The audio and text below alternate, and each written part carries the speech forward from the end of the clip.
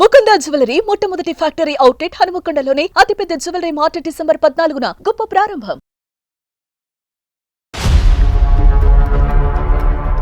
అందమైన జీవితం కార్యక్రమానికి స్వాగతం. నమస్తే కళ్యాణ్ నమస్తే గారు. అయితే ఇక్కడ ఇంకొక చిన్న విషయం చెప్తున్నానండి. ఎందుకంటే మనం ఆ అమ్మాయి వివరాలు గోప్యంగా ఉంచాలి కాబట్టి ఆడపిల్ల జీవితం కదండి. తన చిన్ననాటి కథ అది మళ్ళీ ఇప్పుడు రిపీట్ అవుతోంది. సో ఆ అమ్మాయికి అసలు ఏం చెయ్యాలి, ఎవరితో మాట్లాడాలి, ఎవరితో చెప్పుకోవాలి, చాలా వరకు ఫేస్ చేస్తున్న ఇష్యూ కళ్యాణ్ గారు. ఇది మీకు కొంత అవగాహన వచ్చి ఉండొచ్చు. ఎందుకు అసలు అమ్మాయి మాటల్లోనే వినేద్దాము. సో ఒకసారి కాల్ చేసేస్తానండి. హలో హలో, శ్రవంతి గారండి?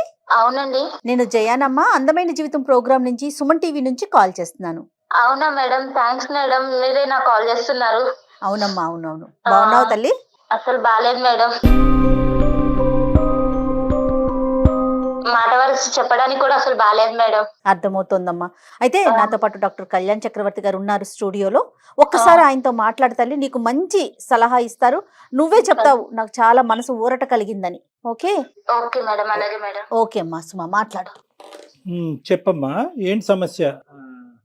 సార్ నా పేరు శ్రవంతి సార్. శ్రవంతి, నాకు ఎలాంటి ప్రాబ్లం ఉందంటే చెప్పుకుంటే తీరలేనంత ప్రాబ్లం ఉంది సార్. నిజంగా అసలు మీరు నాకు కాల్ చేస్తారు అనుకోలేదు, బట్ ఇప్పుడు మీరు కాల్ చేసి మాత్రం చాలా హెల్ప్ చేశారు సార్. చెప్పు నాన్న, సమస్య తప్పకుండా ఏంటి? అమ్మా. నీ వయసు ఎంతమ్మా? 22 సార్. 22. చెప్పమ్మా, సమస్య ఏంటో చెప్పు. మ్యారేజ్ అయిందా? సార్ నేను 9th క్లాస్ లో ఉన్నప్పుడు మా ఫ్రెండ్ ఇంటికి ఇట్లా కంబైన్ స్టడీస్ కోసం వెళ్ళేదాన్ని సార్. వెళ్తుంటే ఒక రోజు చాలా లేట్ అయిపోయింది. చాలా లేట్ అయిపోయిందని నేను వస్తున్నాను సార్. దారిలో వస్తుంటే ఎవరో ఫాలో అవుతున్నట్టు అనిపించింది నాకు. ఎవరో ఫాలో అవుతున్నట్టు అనిపిస్తే ఇంకా కొంచెం ముందుకు రాగానే ఒక ఆటో ఉంది సార్. ఆటో ఉంటే అతన్ని అన్న కొంచెం ఇక్కడ ఎవరు ఫాలో అవుతున్నట్టు కొంచెం భయంగా ఉంది, జర ఏమనుకోకుంటే కొంచెం నన్ను మా ఇంటి దగ్గర దింపండి అన్న అంటే, అవమ్మా నువ్వు నా చెల్లెలు లాంటి దానివి, నేను సేఫ్ గా తీసుకెళ్తానమ్మా అని నన్ను ఆటో ఎక్కించుకున్నారు సార్. ఏ టైం అమ్మా? ఏ టైం అవుతుంది అప్పుడు? నైట్ 8, 9 అవుతుంది మేడం. అయిపోయిన తర్వాత చెప్పమ్మా. 9:30 అవుతుంది మేడం. తల్లి ఆటో ఎక్కించుకున్నారు.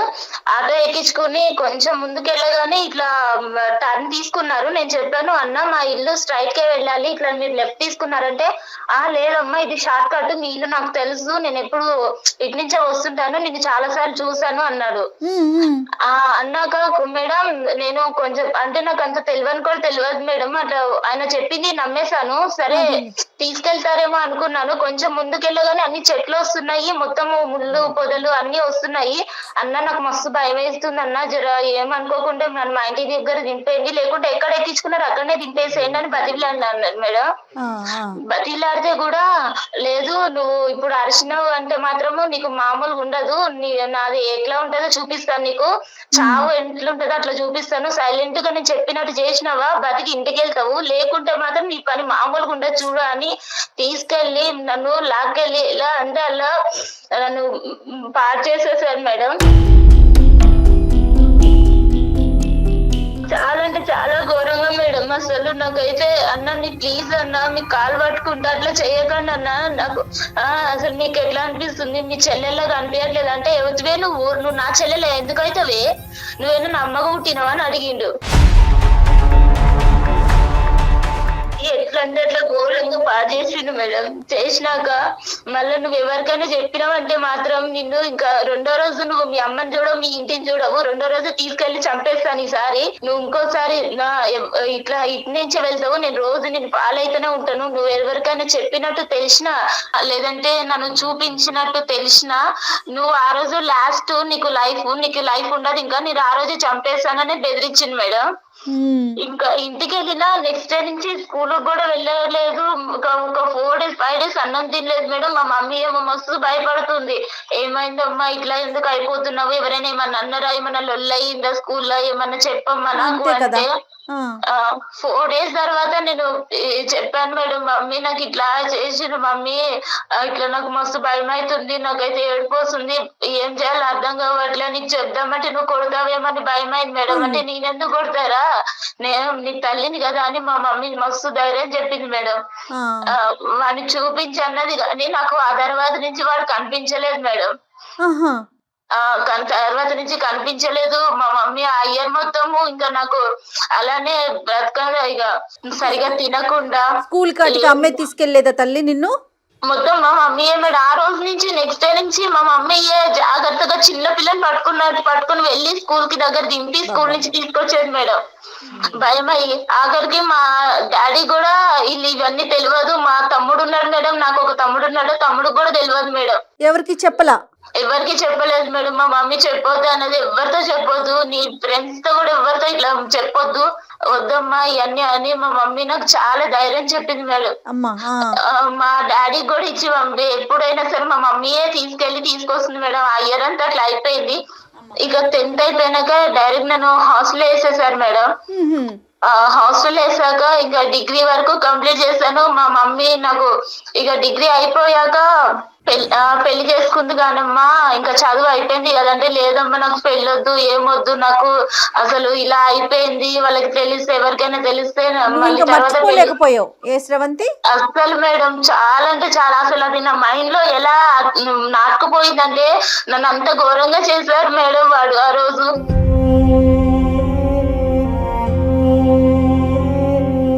అంత అసలు చెప్పుకోవడానికి కూడా నాకు నోరు కూడా మాటలు కూడా రావట్లేదు. అంత ఘోరంగా అయిపోయింది, వదిలేసే. తర్వాత అయితే ఇక పెళ్లి చేసుకుంది కానమ్మా అని మా మమ్మీ పెళ్లి సంబంధాలు చూస్తుంది. వద్దమ్మా నాకు అసలు వద్దంటే మా మమ్మీ చాలా మోటివేట్ చేసింది మేడం. వద్దమ్మా ఇట్లాంటివి మర్చిపోవాలి, ఏదో దెబ్బ తగిలింది అనుకుని మర్చిపో, ఇలాంటివన్నీ మైండ్ లో పెట్టుకుని నీ జీవితం నాశనం చేసుకోకమ్మా, నీకంటూ నేను ఉన్నాను కదా, రేపు నేను లేకపోతే ఇంకెవరు, ఇలానే బ్రతకలేవు కదా అని ధైర్యం చెప్పి పెళ్లి చేసింది మేడం. వీడి ఇక్కడ మధ్యలో ఎక్కడ కూడా నీకు కలవలేదు కదమ్మా? కలవటం గానీ ఫోన్లు చేయటం గానీ ఏమీ చేయలేదు? ఆ తర్వాత అసలు ఒకసారి ఇట్లా అయిపోయినాక ఇంకెప్పుడు వాడి మొహం కూడా నేను చూడలేదు, నాకు ఎప్పుడు కలవలేదు సార్. ఓకే సరేనమ్మా. పెళ్లి అయిందమ్మా, పెళ్లి అయిన తర్వాత ఏమైంది? పెళ్లి అయిపోయినాక మా హస్బెండ్ మాకు చాలా మంచివాడు సార్. అంటే ఇవన్నీ ఏం తెలియదు, మా మమ్మీ చెప్పొద్దు అన్నది నేను చెప్పలేదు సార్. తర్వాత కొంచెం మంచిగా చూసుకున్నాను. ఒక 7 months వరకు మా ఆయన దగ్గరికి వెళ్ళాలంటేనే నాకు చాలా భయం అయింది సార్. మా అమ్మకి చెప్తే మా అమ్మ అన్నది కొంచెం చిన్న పిల్ల కదయ్యా, ఏం అనుకోకు, కొంచెం అడ్జస్ట్ అవ్వు, రాను తెలుసుకుంటది అని మా మమ్మీ సర్ది చెప్పేది మా ఆయనకు కూడా. అలా అయ్యాక కొంచెం మా ఆయన చూపించే ప్రేమ, మా ఆయన ఇట్లా మంచిగా చూసుకోవడం చూసి ఇక మా ఆయనకి దగ్గరయ్యాను సార్. ఇక మాకు ఒక పాప కూడా పుట్టింది సార్. 1 year పాప ఉంది ఇప్పుడు నాకు. పాప కూడా పుట్టింది సార్. ఇక తర్వాత ఒక రోజు మా ఆయన ఒక ఫంక్షన్ ఉంది, ఇట్లా ఉందమ్మా నేను వెళ్ళేసి వస్తా, మా ఫ్రెండ్స్ అందరినీ ఇట్లా కలిసేసి రావాలి, రీయూనియన్ జరుగుతుందని వెళ్తున్నాను, మా ఫ్రెండ్స్ చిన్నప్పుడు ఫ్రెండ్స్ అందరు కలుస్తున్నారు, నేను వెళ్ళేసి వస్తాను అని ఒక రోజు వెళ్ళారు మేడం. వెళ్ళాక ఇంకొక రోజు నైట్ వాళ్ళ ఫ్రెండ్ తీసుకుని వచ్చారు. ఆయనని చూడగానే సార్ నాకు అక్కడనే గుండె ఆగిపోయింది. అసలు నాకు చేతుల్లో చెమటలు పట్టేస్తున్నాయి, అసలు ఒళ్ళంతా వణికిపోతుంది. ఎందుకలా? నాకు 9 years బ్యాక్, నాకు 9th class లో ఉన్నప్పుడు నన్ను ఎవరైతే ఆటోలో తీసుకెళ్లి నన్ను పాడు చేశాడో వాడే మా హస్బెండ్ తో వచ్చాడు సార్, మా హస్బెండ్ ఫ్రెండ్ అని. ఇక వాడు నన్ను చూడగానే ఎందుకో సార్ ఎట్లా కన్నింగ్, ఎంత ఏదో సాడిష్ నవ్వినట్టు నవ్వుతున్నాడు. మళ్ళీ మా ఆయన దగ్గరకు వచ్చి మీ భార్యనా, నాకు చెల్లెలవుతుంది కదా, నువ్వు చెప్పనే లేదు, ఇప్పటిదాకా చూపించనే లేదు అని చాలా సొంత మనిషిలాగా మాట్లాడుతున్నాడు. నన్ను చూస్తూనేమో ఇంత కన్నింగ్ గా చూస్తున్నాడు. నీకు అర్థమైంది? అర్థమైపోయింది. నాకు అప్పటికే భయం అవుతుంది, కాళ్ళు చేతులు అంతా వణికిపోతున్నాయి. మా ఆయన అడిగాడు, ఏంటి శ్రవంతి ఇట్లా జ్వరం వచ్చేదా ఏంటి, అట్లా అయిపోయావు, ఇందాకలాగా బానే ఉన్నావు కదా, ఇప్పుడు ఏమైంది అంటే, చెల్లెలకి ఏమన్నా నీరసంగా ఉందేమోరా, తిన్నదో లేదో అడుగు ఒకసారి, నువ్వు లేవ్వని, నువ్వు ఇటు వచ్చావు కదా, నువ్వు లేవ్వని తినలేదేమో అని ఎంత చాలా నైస్ గా మాట్లాడుతున్నాడు మా ఆయనతో. ప్రేమ కురిపించాడు.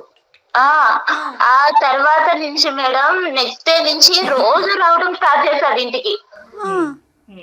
రోజు రావడం స్టార్ట్ చేశాడు. ఇక మా ఆయనకేమో ఇట్లా లెటర్స్ రాస్తున్నాడు, ఆకాశరామన్న లెటర్స్ లాగా రాస్తున్నాడు. నీ భార్య గురించి నీకు తెలుసా, నువ్వు ముందే కనుక్కున్నావా, నీ భార్య ఎవరితో ఎఫ్ఐఆర్ ఏం లేదా, నీ భార్యకి ఏమన్నా ఇంతకు ముందు ఏమన్నా ఉందా, అన్ని కనుక్కుని చేసుకున్నావా అన్నట్టు ఇట్లా లెటర్స్ రాయడం స్టార్ట్ చేశాడు మేడం. మెసేజ్లు కానీ లెటర్స్ కానీ రాయటం మొదలు పెట్టాడు. కానీ మీ హస్బెండ్ వచ్చి నిన్ను ప్రశ్నించాడమ్మా ఏంటి ఇదంతా అడిగాడా?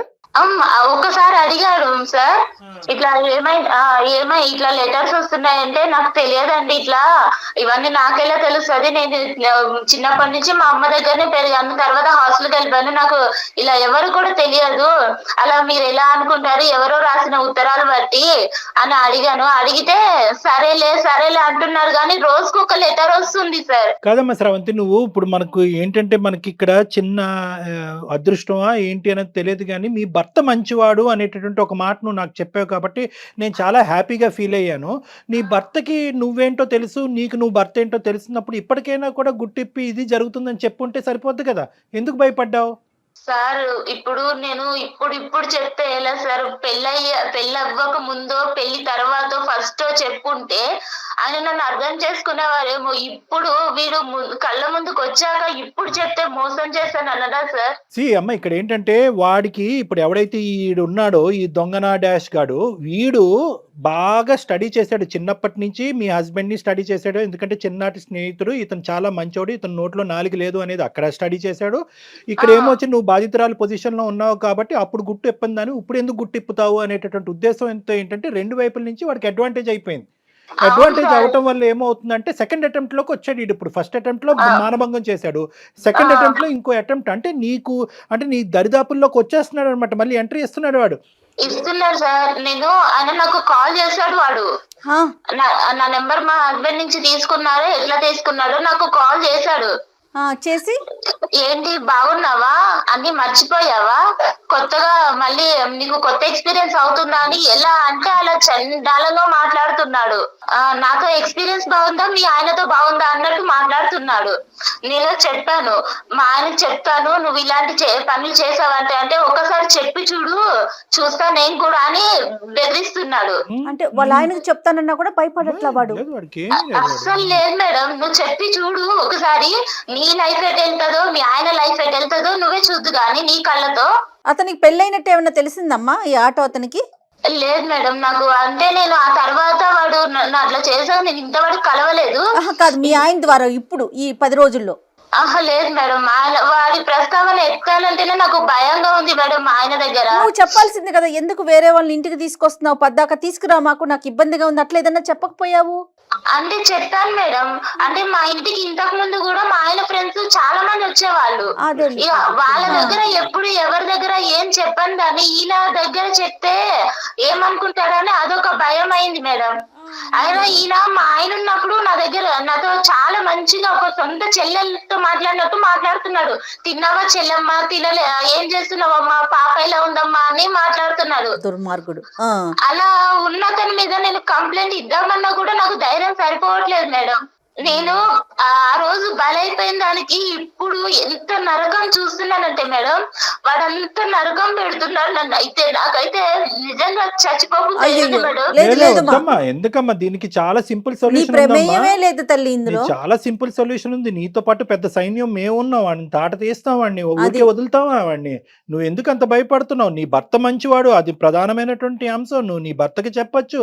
మీ అమ్మ అంటే కనుక ఇద్దరు ఆడవాళ్లే కాబట్టి తమ్ముడికి చెప్పొద్దు, నాన్నకి చెప్పొద్దు అని చెప్పి 10 సంవత్సరాల పాటు కవర్ చేసింది. కానీ లోకం మారింది, పరిస్థితులు మారింది, వ్యవస్థ మారిందమ్మా.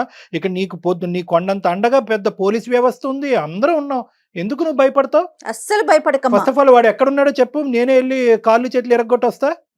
వాడు ఇక్కడే ఉన్నాడు సార్, మీకు కావాలంటే నేను కాన్ఫిడెన్స్ లో పెడతా, ఒక్కసారి మీరు వినండి సార్ వాడి మాటలు. మేము ఉన్నామని చెప్పొద్దమ్మా, మేము ఉన్నామని చెప్పొద్దు. వాడు ఫోన్ కట్ చేసి పారిపోతాడు. ఈ లోపల మనం వాడు ఎక్కడున్నాడు ఏంటి అనేది ట్రాక్ చేయడానికి ఉపయోగపడుతుంది. నువ్వు మామూలుగా మాట్లాడి ఏమీ లేనట్టుగానే అందమైన జీవితం అని మా ప్రోగ్రామ్ గురించి ఏమీ చెప్పొద్దు నువ్వు. ఓకే, నువ్వు సింపుల్ గా ఏంటంటే నువ్వు రెగ్యులర్ గా మాట్లాడుతున్నట్టుగానే ఎక్కడున్నావు, ఏం చేస్తున్నావు అన్నట్టుగా మాట్లాడి నన్ను వదిలేసేవా, నన్ను ఇబ్బంది పెట్టద్దు, మీరు రెగ్యులర్ గా ఏదైతే మాట్లాడతారో అది మాట్లాడు. సరేనా? తర్వాత వాడు గొంతుకు లెగుస్తా చూడు, అప్పుడు నేను జయ గారు అందుకుంటాం. నువ్వు ఇంట్రడ్యూస్ చేయొద్దు, మమ్మల్ని ఇంట్రడ్యూస్ చేయొద్దు. నేను ఆల్రెడీ లాస్ట్ టైం సూసైడ్ చేసుకుందామని సూసైడ్ దాకా వెళ్ళాను సార్, కానీ నా పాప మొహం చూసి వెనక్కి వచ్చేసాను సార్. ఇప్పుడు బ్రతకాలన్నా కూడా నాకు అసలు వేరే లేకుండా అయిపోతుంది సార్. ఒకటి ఇప్పుడు స్రవంతి బంగారం, ఒకే మాట చెప్తున్నాను, ఇది నీ గురించి నేను చేయట్లేదు. రేపొద్దున ఈ దరిద్రుడు, ఇలాంటి దరిద్రులు నీ కూతురు వరకు వచ్చినా కూడా ఆశ్చర్యపడక్కర్లేదు. అది ఎందుకంటే ఇక్కడ నీ జీవితాన్ని నిన్ను ప్రొటెక్ట్ చేసుకోవటం, నీ మ్యారేజ్ని ప్రొటెక్ట్ చేసుకోవటం కాదు. ఇలాంటి ఎదవలు ఎక్కడున్నా కూడా వాళ్ళని వెతికి పట్టుకుని మనం వాళ్ళకి సరైనటువంటి శిక్ష పడేటటువంటి విధంగా నువ్వు ఈ రోజు ఒక సంఘ సేవకురాల్లాగా ఒక సామాజిక పరమైనటువంటి సేవ చేసి మా వరకు వచ్చావు. నీతో పాటు మేము కలిసి ప్రయాణం చేస్తాం. ఈ కేసును మాత్రం ఇది కేవలం నా కేసు అనేటటువంటి విధంగా తీసుకెళ్లొద్దమ్మా. నువ్వు గొంతెత్తి మాట్లాడాలి. ఇది మనం ఖచ్చితంగా వాడిని శిక్షించాలి. కాబట్టి నీ యొక్క తోడ్పాటు మాకు కావాలి. నీలాంటి ఆడపిల్లలందరికీ కూడా ఇలా కూడా నేను బయటికి రావాలని తెలియాలి తల్లి. ఇంకోటి ఏంటంటే, దయచేసి నీ మనసులో నువ్వు పోస్ట్ ట్రామాటిక్ స్ట్రెస్ డిసార్డర్ అంటారమ్మా. అంటే ఒక ఆడపిల్లకి ఇలా మానభంగం జరిగినప్పుడు ఆ జ్ఞాపకాల నుంచి బయట పడలేక చాలా మంది ఏంటంటే పెళ్లిళ్ళు చేసుకోరు, కొంతమంది పెళ్లిళ్ళు చేసుకున్నా కూడా సంసారం కూడా చేయడు, మగజాతిని అసహించుకుంటూ ఉంటారు. ఇప్పుడు ఇదేంటంటే దీంతో పాటు వీడు మళ్ళీ నీ ఎదురుగుంటే ప్రత్యక్షమయ్యాడు. ప్రత్యక్షం అవడంతో నీ పాత జ్ఞాపకాలు వచ్చి రేపు నువ్వు కంప్లీట్గా మెంటల్ పేషెంట్ అవుతావు అనేటటువంటిది కూడా మనకు తెలియదు. ఇది నెంబర్ 2. నెంబర్ 3 ఏంటంటే కనుక, ఇక్కడ ఫస్ట్ ఆఫ్ ఆల్ నీలాంటి ఆడపిల్లలు ముందుకొచ్చి గొంతిప్పి ఎందుకు మాట్లాడాలి అంటే కనుక, ఫస్ట్ మీకు తగినటువంటి రక్షణ కల్పించిన తర్వాత, రక్షణ తీసుకున్న తర్వాత మీరు మాట్లాడండి. నెంబర్ 1. నెంబర్ 2 ఏంటంటే, గిల్ట్ తీసేసేయండి. వాడికి ఏదో నువ్వు కోఆపరేట్ చేసినట్టుగా దయచేసి ఫీల్ అవ్వద్దు. నీ మీద ఒక హత్యాయత్నం జరిగింది, మానభంగం జరిగింది నీ మీద.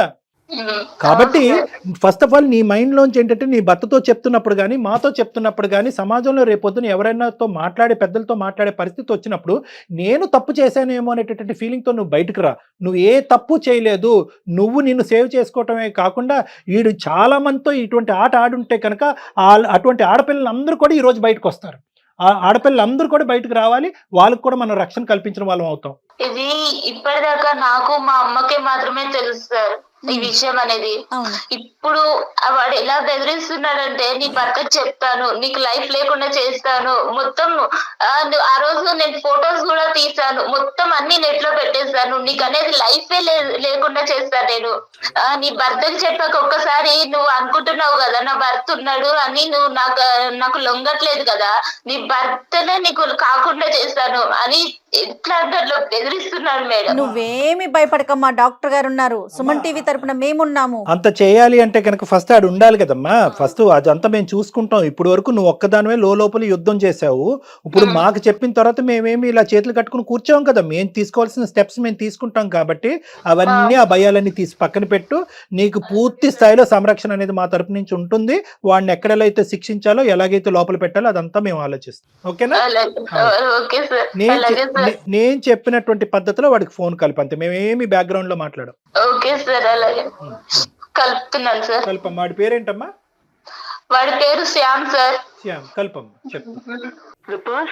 ఇంతమంది పసిపిల్లల అబ్యూస్ కి గురవుతున్నారు కదా కళ్యాణ్ గారు. మన దగ్గరికి వచ్చింది హ్యాపీ రామమ్మాయిలు ఎంతమంది ఉన్నారు? మీరు మాట్లాడుతున్న వ్యక్తి మీ కాల్ ను హోల్డ్ లో ఉంచారు. వాడి బాధితులు ఎంతమంది ఉన్నారు? ఇటు ఫ్యామిలీకి చెప్పుకోలేరు. హలో హలో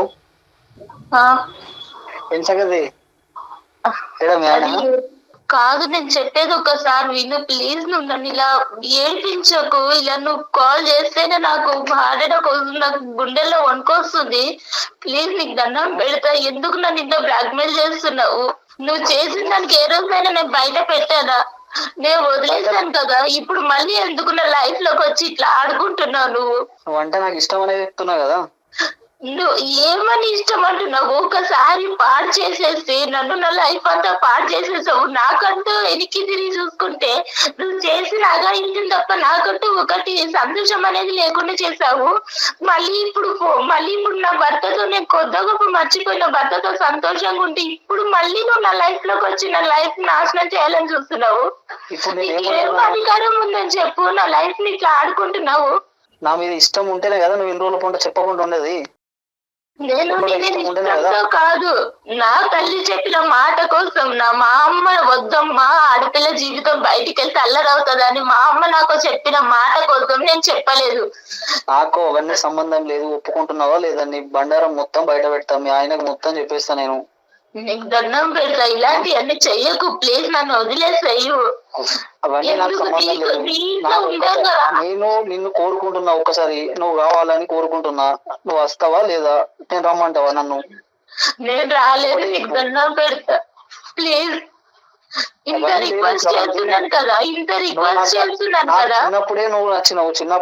ఇప్పుడు నువ్వు ఇంకా చాలా అందంగా ఉన్నావు. ఇప్పుడు నువ్వు కావాలని కోరుకుంటున్నా. లేదు అంటే నీవన్నీ నా దగ్గర ఉన్నాయి. అన్ని బండారం మొత్తం బయట పెట్టేస్తా నేను.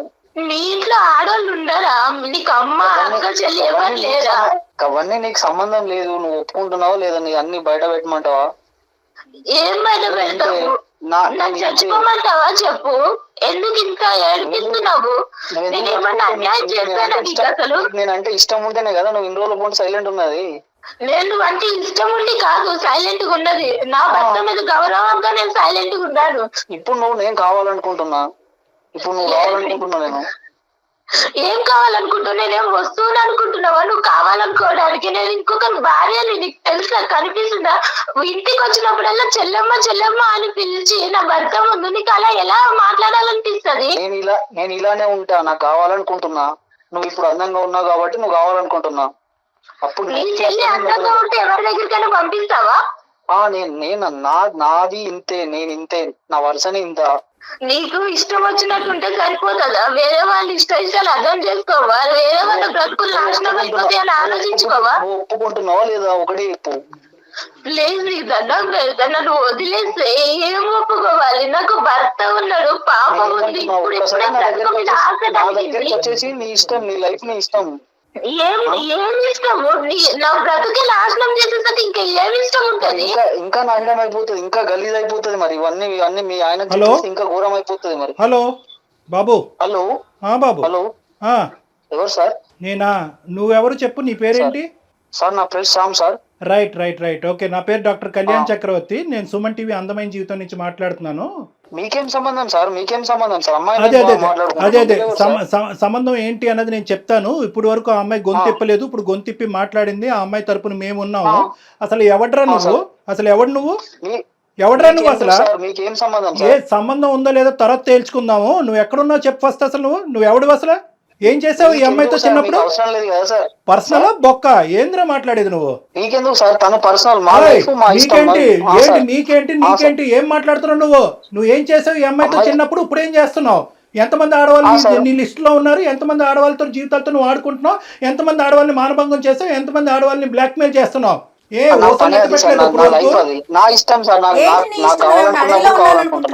ఊసలు లెక్క పెట్టలేదు నువ్వు ఇప్పుడుకొచ్చి. హలో మక్కులు ఎరదంటారు. ఎవరనుకున్నావు? చూసుకుందాం. ఏం మాట్లాడుతున్నావు నువ్వు? చూసుకున్నాం సార్. ఏం చేస్తారో చేసుకోండి సార్. ఏం చేస్తారో చేసుకోవాలట కళ్యాణ్. ఏం చేస్తారో చేసుకోండి. నువ్వు ఎంతమంది ఉన్నారు? నువ్వు ఎంతమందితో ఇలా ఆడుకున్నావు అన్నది ఒక్కసారి నాకు చెప్పు.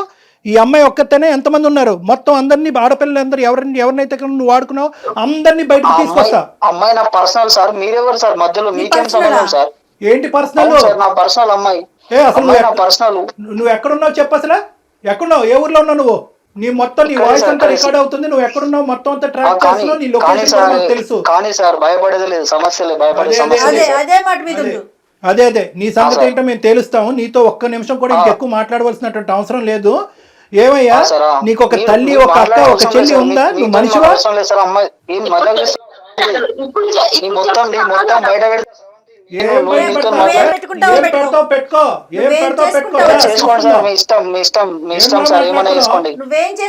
పెట్టుకో.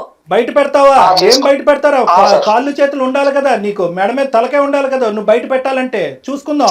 చేసుకోండి సార్, మీ ఇష్టం ఉన్నట్టు చేసుకోండి. ఏం చేసుకుంటారు చేసుకోండి. అది ఇప్పుడు దారిలోకి వచ్చి నీ పని చెప్తా ఉండు. అసలు నువ్వు ఫోన్ చేసుకోండి సార్. నీతో అసలు ఒక్క నిమిషం కూడా మాట్లాడటం లేదు. లొకేషన్ కూడా ట్రాక్ చేసాము.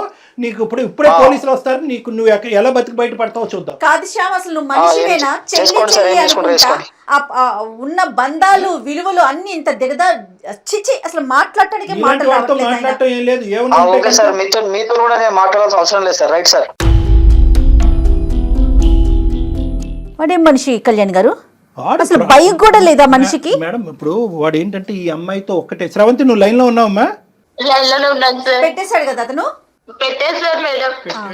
చూసారా సార్ మీ ముందే ఎలా మాట్లాడుతున్నాడు, లేదు, మీకెంత టార్చర్ పెట్టుంటారా? అమ్మ ఇది సుమన్ టీవీ వరకు స్రవంతి తీసుకొచ్చినటువంటి ఒక కథ మాత్రమే. ఇలాంటి ఎన్ని కథలు ఉన్నాయేమో అన్నట్టు నాకు అనిపిస్తుంది. ఎందుకంటే కనుక మనం ఎందుకు ఎవరినైనా క్రానిక్ అఫెండర్ అని మనం ఎప్పుడు అంటాం, పీడోఫైల్స్ అంటాం. అంటే చిన్న పిల్లల్ని సెక్షువల్గా మానభంగం చేసుకుంటూ వాడుకుంటూ పెద్దవాళ్ళకి చెప్పకుండా భయపెడుతూ వాళ్ళ నోట్లో గుడ్డలు కూరేటటువంటి ఇలాంటి వాళ్ళు పీడోఫైల్స్ అంటారు. ఎందుకు వీడి గురించి ఇంత ప్రత్యేకంగా మనం ఈ రోజు మాట్లాడుకోవాలి, నాకు ఎందుకు అంత స్థాయి కోపం వచ్చిందంటే ఈ టోన్లో నేను ఎప్పుడూ మాట్లాడలేదు. ఎందుకంటే వీళ్ళందరూ చాప కింద నీరులాగా చాలా మంది ఆడపిల్లలతో కుటుంబ సభ్యుల్లోనే ఉండేటటువంటి ఎదవలు కొంత ఉన్నారు. ఈడంటే కనుక బయట ఎక్కడి నుంచో పరిచయం అయ్యి నీకు తెలిసి తెలియకుండా ముక్కు మొహం తెలియని వాడు ఆటో ఎక్కావు. నీలాంటి ఆడపిల్లలు ప్రధానంగా గుర్తుపెట్టుకోవాల్సినటువంటి ముఖ్యమైనటువంటి అంశం ఏంటంటే ఇటువంటి వాళ్ళు ఉంటారు, తస్మాత్ జాగ్రత్త. మీ ఎడం వైపు కుడివైపు ఎక్కడన్నా ఉంటారు, మీ కుటుంబంలోనే ఉంటారు, మీ స్నేహితుల మధ్యలో అన్నా ఉంటారు, స్కూల్లో అన్నా ఉంటారు, ఆటో డ్రైవర్లు రిక్షా డ్రైవర్లు లాగా ఉండొచ్చు. తస్మాత్ జాగ్రత్త అనేది ఈరోజు నీ ద్వారా మేము అందరికీ చెప్పేటటువంటి మెసేజ్. వీడిని ఎందుకు క్రానిక్ అఫెండర్ అన్నానంటే వీడు అప్పుడు తప్పు చేశాడు. ఈ మధ్యలో అంటే నువ్వు 9 సంవత్సరాలు 10 సంవత్సరాల పాటు ఏర్పడినటువంటి గ్యాప్లో ఎక్కడ కూడా వాళ్ళు మార్పు రాలేదు. ఎందుకంటే కనుక వాళ్ళకి ఇచ్చేటటువంటి బలం ఏంటంటే మీలాంటి ఆడపిల్లలు నమ్మి అక్కడికి వెళ్ళటం అనేటటువంటి ఒక బలం అయితే మీరు మీ తల్లులు ఏంటంటే ప్రాణభయాలతో పరువు భయాలతో ఏంటంటే ఇది గుప్పుట్లో పెట్టేసి ఇలా కప్పేస్తారు చూడు, బయట ప్రపంచానికి తెలియకుండా. అది మీ వరకు మీకు న్యాయం అనిపించవచ్చు, ఏదో జరిగిపోయిందమ్మా వదిలేద్దామమ్మా పెళ్ళి అని చెప్పి పెళ్ళి అవ్వాలనేటటువంటి దాస్తారు చూడు, అది వాళ్ళ బలం. ఆ బలంతో ఏంటంటే ఈరోజు మళ్ళీ 9 సంవత్సరాల తర్వాత ఆడు మీ ఆయన్ని బాగా స్టడీ చేశాడు, నిన్ను బాగా స్టడీ చేసి మీ ఆయన దగ్గర మార్కులు కొట్టేసేటటువంటి విధంగా కొట్టేసి ఎక్కడా కూడా 0.5% పశ్చాత్తాపం కూడా పొందకుండా నిన్ను మళ్ళీ ఈరోజు మళ్ళీ ఇచ్చేయడానికి ట్రై చేస్తున్నాడు. సో ఇలాంటి వాళ్ళకి మనం ఎప్పుడు కూడా గుర్తుపెట్టుకోవాల్సింది ఏంటంటే మనం జాగ్రత్తగా ఉంటాం, రెండోది గొంతు విప్పి మాట్లాడటం. ఎందుకంటే ఇప్పుడున్నటువంటి వ్యవస్థలో అమ్మ ఏదో స్రవంతి ఇక్కడికి వచ్చేసి చెప్పేసింది అని పబ్లిక్ అందరికీ చెప్పేసి నీ ఫోటోలు ఇవన్నీ చూపెట్టడం జరగదు. అందు గురించే ఏంటంటే చాలా గోప్యంగా ఉంటుంది, ఇలాంటి అంశాలు కూడా చాలా గోప్యంగా ఉంచుతాం అనమాట. పోలీస్ వ్యవస్థ కూడా చాలా గోప్యంగా వస్తుంది, ఇన్వెస్టిగేషన్ చాలా గోప్యంగా ఉంటుంది. మీ పరువులు ఎక్కడికి పోవు. నువ్వు అవన్నీ దాచిపెట్టేసి ఈరోజు ఆఖరికి నీ ప్రాణాల మీద తీసుకొచ్చి నీ భర్తకు కూడా చెప్పనటువంటి పరిస్థితికి తీసుకొచ్చావు. అర్థమైందమ్మా? సో నీ ఇక్కడ భయపడవలసినటువంటిది ఏమీ లేదు. వాడి లొకేషన్ ఏంటి, వాడు ఎక్కడుంటాడు ఏంటి మొత్తం ట్రాక్ చేశారు మన వాళ్ళు. సో ఇప్పుడే ఇమీడియట్గా నువ్వు ఫోన్ పెట్టేసిన తర్వాత నువ్వు ఎక్కడుంటే చెప్తే కనుక మా వాళ్ళు నీ దగ్గరకు వస్తారు, నిన్ను మా దగ్గర తీసుకొస్తారు. ఇక్కడి నుంచి మనం పోలీస్ స్టేషన్కి వెళ్దాము, తగినటువంటి కంప్లైంట్ ఇద్దాము, వాళ్ళని వెంటనే కటకటాలు వెనకతలు పంపించేటటువంటి ప్రయత్నం చేద్దాం. దీనికల్లా నువ్వు ధైర్యంగా ఉండాలి తల్లి, అదొక్కటే నువ్వు చేయాల్సింది, నువు ధైర్యంగా ఉండాలి. నువ్వు మాట్లాడాలమ్మా, మాట్లాడాలి. అంతే కదా కళ్యాణ్ గారు? అలాగే సార్, అలాగే మేడం. ఓకే ఓకే, మీరు ఒక్కసారి హెల్ప్ చేసి పెడితే నా ప్రాణాలు కాపాడాలి వచ్చేసి సార్. వాడు బెదిరించే బెదిరింపులు వాడి కోసం నీ ప్రాణం ఎందుకమ్మా పనంగా పెట్టాలి? ఇది మా బాధ్యత, ఇది మా బాధ్యత. నీకు ఒక కూతురు ఉంది, నీకు ఒక జీవితం ఉంది, నువ్వు కూడా కొద్దిగా స్వార్థంగా ఆలోచించాలి. వాడెవడో ఎదవ వల్ల నువ్వు ఈరోజు ప్రాణాలు తీసుకోవాల్సినటువంటి అవసరం లేదు. ముందుకురా, రాణి లక్ష్మీబాయి లాగా ఫైట్ చేయి, నీతో పాటు మేము ఉన్నాం. ఖచ్చితంగా సుమన్ టీవీ ఉంది, డాక్టర్ గారు ఉన్నారు, అందరం ఉన్నామమ్మా. వ్యవస్థలో ఉన్నాం మనమేమి ఎక్కడ మనుషులు లేని చోట కాదు ఉన్నది. ధైర్యంగా ఉండు, నువ్వు ధైర్యంగా ఉండు. నెక్స్ట్ ఏం చేద్దాం అనేది ఆలోచిద్దాం, సరేనా? నువ్వు అసలు ముందు అసలు నీకు ధైర్యమైన ఏంటంటే సుమన్ టీవీ అందమైన జీవితానికి నువ్వు ఎప్పుడైతే మెయిల్ చేసావో అప్పుడే నీకు ధైర్యం ఉన్నట్లే.